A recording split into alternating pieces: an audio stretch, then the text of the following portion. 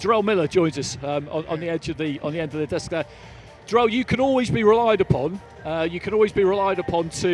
To start some shit. rile people up, I was going to say, but that'll do just as nicely at press conferences, and that's exactly what happened there. Were you a little bit surprised that people bit in the way that they did? No, you understand with boxing, like my man Dave Worley just said here, it's entertainment, but I'm a real fighter in and out the ring, I'm a warrior, and I can smell fear on somebody. So just saying little things to pick AJ off, and I knew that from the beginning that he's trying to be a persona, something he's really not. And I know how to get under people's skin, and I'm always going to be able to do that. So until he mans up and fight me one day, I'm going to do it every time I see him. I'm just that kind of guy. I'm a bully, 24/7, all day, all night. So with regards to Daniel Dubois, you mentioned it there. You mentioned the Joyce fight. You mentioned the way the fight finished against Alexander Usyk. Correct. Do you feel that is a weakness in his boxing Most DNA, if you like? like? I think I can ask any fighter that, I think I can ask any fighter that. I can ask a combo champ right here. Do we see Dubois' weakness as a quitter?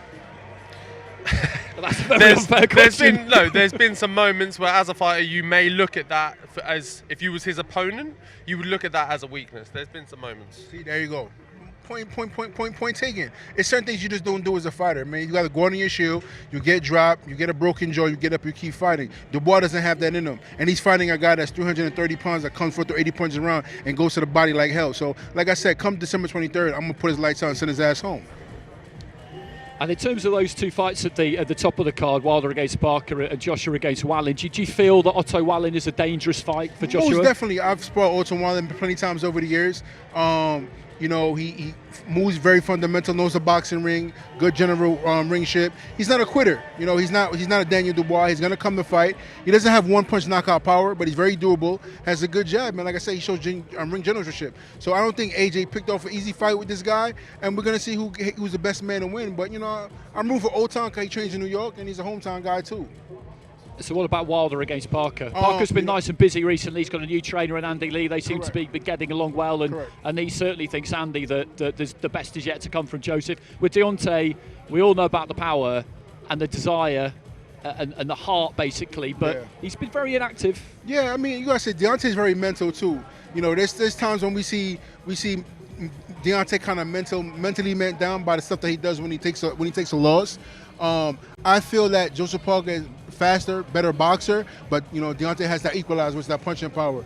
So I'm a Joseph Parker fan, so I'm hoping for my brother Joseph Parker, but hey, the best man still wins in that fight. What do you make of his progress as a heavyweight these days? Oh, David Adelaide is like my little brother. He was training with me in Florida. It was heartbreaking to see that fight go the way it did. But like I said, sometimes you have your day and sometimes the other guy's day, and I'm happy for him. I think he's doing really great. And I hope he keeps progressing, and hopefully one day, if I'm still around, me and him get it on too, and I can revenge David's loss. But at this point right now, I got my hands full with David Dubois, and I know your stable mates with Dylan White as well too. And I like the Rasta Pasta himself, but hopefully Dylan will get off the couch and I get to whoop his ass too. Okay, what do you make of that? I think this might have given up the ghost. We'll go for this one. Look, he obviously you know David quite well, so he was obviously backing him going into the fight. But you always would. If that's your person, that's someone you've been around. You're always going to support them going into it. So, look, I just did my job on the night, and he's looking to do the same against Daniel, my fellow countryman as well. So, look, we're all boxers at the end of the day. We're here to just do a job. It's no big deal. You win, you lose, you move up, and you keep moving forward.